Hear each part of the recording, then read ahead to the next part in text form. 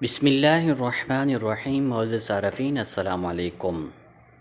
الحمدللہ سعودی عرب میں 11 ایئرپورٹس پر داخلی پروازیں اتوار سے بحال.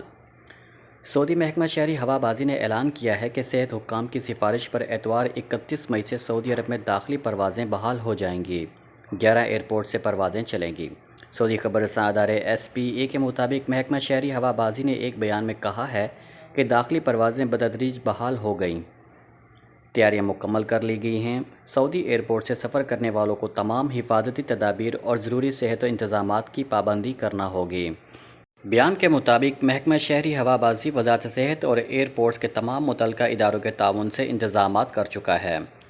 محکمہ شہری ہوابازی نے بتایا ہے کہ پروازیں کئی مرحلوں میں بحال ہوں گی. 2 ہفتوں کے دوران ملک کی تمام ایئرپورٹس کے لیے پروازیں مہیا ہوں گی.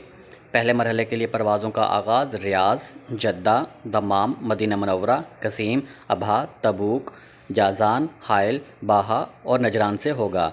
در اثنا سعودی ریلوے جنرل کارپوریشن نے اعلان کیا ہے کہ اتوار 31 مئی سے ریاض سے دمام ٹرین سروس بحال ہو جائے گی. SPA کے مطابق ریلوے کارپوریشن نے کہا ہے کہ جو لوگ ریاض سے دمام ٹرین سے سفر کرنا چاہتے ہیں وہ بدھ 27 مئی سے کارپوریشن کی ویب یا ایپ کے ذریعے ریزرویشن کرا سکتے ہیں. اللہ تعالیٰ سے دعا ہے کہ اللہ تعالیٰ ہم سب کو اپنے حفظ و امان میں رکھے. اللہ تعالیٰ ہم سب کا حامی و ناصر ہو. السلام علیکم ورحمۃ اللہ وبرکاتہ.